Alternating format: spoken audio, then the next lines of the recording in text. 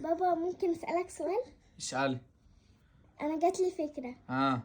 طالما الاهلي كان بيلعب بالناشئين كان المدرب بتاعهم هو اللي يدربهم. فعلا عندك حق. فعلا والله عندهم حق.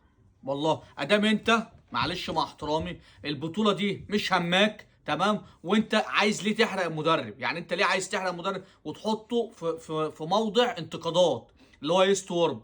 لا ما تحطوش في موضع انتقادات. اي نعم اللعيبه الصغيره انت عايز تبص على حاجه، المدرب بتاعهم هو اللي ماسك الفرقه بتاعت الناشئين، ويست وورب يبقى قاعد بره بحيث ان يبقى الفرقه الناشئين هي اللي بتلعب بالمدرب بتاعها. لكن ما تحطش يست وورب في وسط انتقادات وده يقول وده يعيد. ده انا مش معاك فيه، لان لو حتى انت عايز تطلع ناشئين او حتى يوست وورب عايز يجيب لعيبه تانية او يبص على ناشئين، المدرب بتاعهم يدربهم وهو يبص. لكن انت ما تحطوش في موضع اشتباهات مع حد.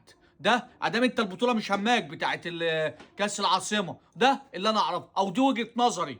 لكن انت ما تحرقش المدرب وتحطه في وسط انتقادات.